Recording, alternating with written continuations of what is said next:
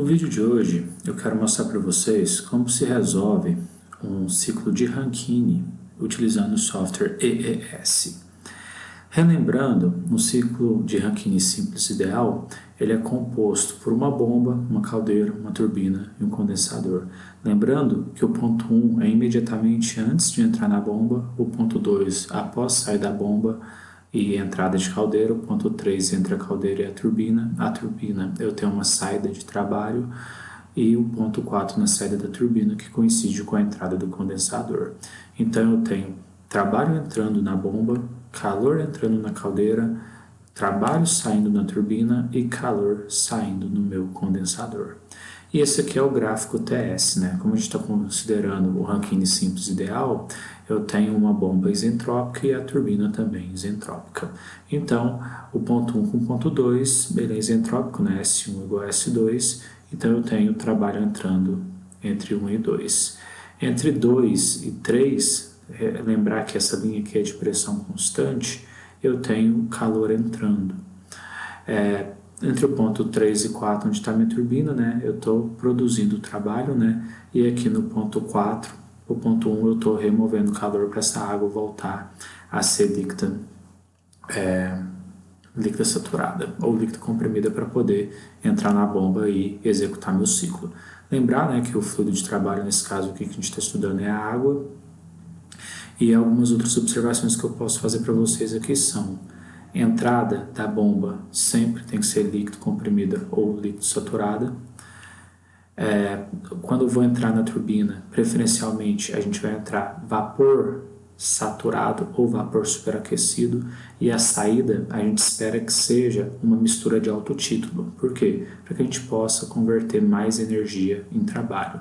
Lembrando que se eu tiver apenas vapor saturado aqui, eu vou ter uma mistura com título menor. Então eu vou conseguir gerar menos trabalho do que se eu entrar com um vapor superaquecido. Dando sequência. Essa imagem aqui é um ciclo de Rankine, né, completo. Então, eu tenho a minha caldeira, né, então estou queimando biomassa, por exemplo, para fornecer calor para a minha caldeira. Então, vai ter uma chaminé, saída de fumaça. Então, eu vou aquecer minha água até ela virar vapor saturado ou vapor superaquecido, vai chegar na minha turbina. A minha turbina ela vai ser conectada a um gerador que vai transformar o trabalho mecânico em trabalho elétrico e vai fornecer energia elétrica para o meu sistema. Depois que o meu fluido sai da turbina, né, ela vai parar no condensador. Esse condensador ele pode trocar calor com o ar ou de uma maneira mais eficiente com a água. Para isso eu vou ter que ter uma torre de resfriamento acoplada, né, para resfriar essa água que está saindo do sistema.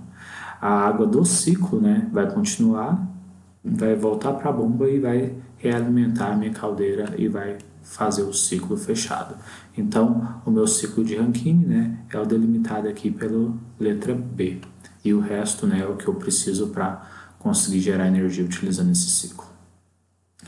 Bom, a gente tem a equação da energia, e quando eu aplico a equação da energia para os dispositivos do ciclo de Rankine, eu vou obter as seguintes relações.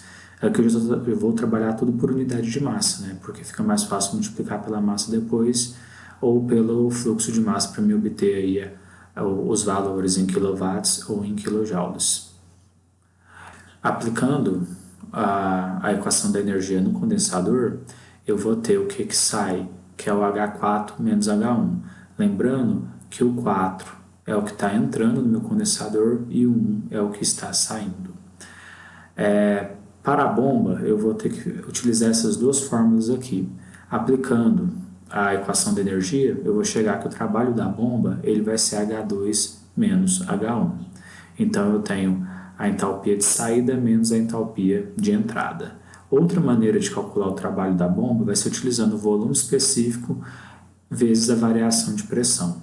Se a gente for observar aqui, ó, o volume específico 1 com o volume específico 2 é praticamente o mesmo valor. Lembrando que a variação de líquido saturado para líquido comprimido no volume é muito pequena. Então, o que eu vou precisar? Eu vou ter que calcular esse trabalho aqui para poder achar o meu valor de H2, que eu vou explicar direitinho aqui dentro do programa do IS. Na sequência, né, para a caldeira, eu fico H3 menos H2, H3 é o que está saindo e o H2 é o que está entrando. A turbina, considerando a minha turbina isentrópica, né, eu vou calcular o H3, o S3, quer dizer, entropia no estado 3, vou igualar a entropia no estado 4 e vou conseguir, em função da entropia no estado 4, eu consigo achar a entalpia no estado 4 e consigo calcular também o trabalho da minha turbina. O rendimento, né, trabalho líquido sobre o que entra, ou ainda 1 menos o que sai sobre o que entra. Lembrar que o trabalho líquido, né, pode ser calculado pelo que entra menos o que sai, ou simplesmente pelo trabalho da turbina menos o trabalho da bomba. Alguns exercícios, eles desprezam o trabalho da bomba, porque vocês vão ver nesse exercício aqui que o trabalho é muito pequeno em relação ao trabalho que sai na minha turbina. Bom, aqui está o nosso exemplo, né? Eu peguei esse exemplo do livro do Shapiro. Então, é o seguinte. Utiliza-se vapor como fluido de trabalho em um ciclo ideal de Rankine. O vapor saturado entra na turbina a 8 MB e o líquido sai do condensador a uma pressão de 0,0075 MPa. A potência líquida de saída do ciclo é de 100 MW. Ele quer eficiência térmica, vazão máxima de vapor em quilos por segundo, taxa de transferência de calor fornecida ao fluido de trabalho que passa pela caldeira em megawatts. No IS eu vou fazer em quilowatts, tá, gente? Ele quer também o que sai, o fluxo que sai, né, de calor que sai, e a vazão máxima da água, né, que eu vou trocar calor aqui na minha condensadora. Então a gente vai pular um pouco para o IS agora. Se você estiver utilizando o EES pela primeira vez, você vai ter que ir nessa função aqui, ó. Então, para mim acessar as tabelas termodinâmicas, eu vou clicar nesse link ou aqui no caminho que eu deixei para vocês, né? Opções, Function Info, né? E eu vou vir aqui em Thermophysical Properties. Então, o que vocês vão observar aqui, ó? Aqui eu tenho muitas substâncias. No nosso caso, a gente vai vir aqui, ó, em STEAM IAPWS. Por quê? Porque essa aqui é a tabela mais atual, ou seja, a mais exata que esse software possui. E do lado de cá, ó, eu vou ter todas essas informações aqui, ó. Então vamos começar lá de cima. Eu tenho aí, ó, CP, CV, densidade, entalpia de fusão, entropia, energia interna, pressão crítica, pressão de saturação, a fase, que é o nosso título, né? Pressão, o quality, que é o título, e mais o que aqui? Temperatura, viscosidade, volume específico. Apesar de estar volume aqui, é o volume específico, aí vocês sempre olham aqui, ó, a unidade. Então, fechando aqui, né, eu vou mostrar mais na frente como a gente volta nessa caixa aqui para adicionar as informações. Bom, eu não coloquei o enunciado aqui, né, depois eu vou até colocar. Então eu já coloquei aqui, ó, pressão de alta, né, e pressão de baixa. Então o ciclo de Rankine ele acontece entre duas pressões, né, o ciclo de Rankine ideal. Então já vim aqui, ó, e caracterizei o estado 1. Qual é a característica que eu já tenho, né, que o exercício me deu? A pressão de entrada da bomba é minha pressão de baixa e eu tenho que está entrando líquido saturado na minha bomba. Então já coloquei aqui, ó, x1 igual a 0 e pedi para o software calcular o volume específico. Eu vou colocar de novo para vocês verem como funciona. Já vou vir no atalho, ó, tabelinha aqui, Function Info. Eu tenho aqui o STEAM e WPS e eu vou lá no volume, que é o último item. Aparece a fórmula aqui, ó. Só que essa fórmula está em função de temperatura e pressão. E quais informações que eu tenho? Eu tenho pressão e título. Então, vou fazer pressure e quality. Então, eu já tenho aqui a minha equação. Na hora que eu dou um paste aqui, ó, a equação já vai para cá. E o que eu tenho que fazer? Eu só vou ter que adequar, né? No caso aqui é meu volume 1, em função da minha pressão 1 e do meu título 1. Aqui aparece a fórmula generalizada. Então, eu vou adaptar e vai ficar do formato de baixo. Da mesma forma, eu vou fazer para a entalpia, né, e para todas as outras variáveis que estão aqui na sequência. Eu sempre escolho qual propriedade que eu quero em função de outras duas, né? Nesse caso, eu tenho a entropia, né, em função de P e de título. Aqui eu tenho a entalpia do ponto 4 em função da pressão do ponto 4 e da entropia do ponto 4. Então, isso aqui eu vou apagar já. Não sei se vocês perceberam, quando precisa fazer algum comentário, né? É só você colocar entre aspas duplas. Então, na sequência, eu pedi o volume específico, né, e a entalpia. A entalpia eu preciso dela em todos os estados, né, para eu poder fazer as contas. Não sei se vocês lembram, quando a gente volta aqui, ó, as fórmulas, eu preciso de entalpia de todos os estados. E o volume do estado 1. Então, foi o que eu fiz, volume do estado 1, H1, e calculei aqui a potência da minha bomba. E aqui ela não está em quilowatts, né? Ela está em kilojoule por quilograma. Joule por quilograma. Eu já usei a letra minúscula por conta disso. Bom, então do estado 1 eu completei. No meu estado 2, eu falei que meu P2 é minha pressão de alta, que está na saída da minha bomba, né? E eu já tenho o trabalho da minha bomba que eu calculei aqui nessa equação de cima. Então eu utilizei essa segunda equação para achar o H2. Como eu estou utilizando o IS, eu poderia simplesmente falar que S1 é igual a S2 e também achar o H2 em função da pressão e do S2. Mas eu quis deixar mais real com o que a gente executa à mão. Passei para o meu estado 3, eu tenho que minha P3 é minha pressão de alta, né?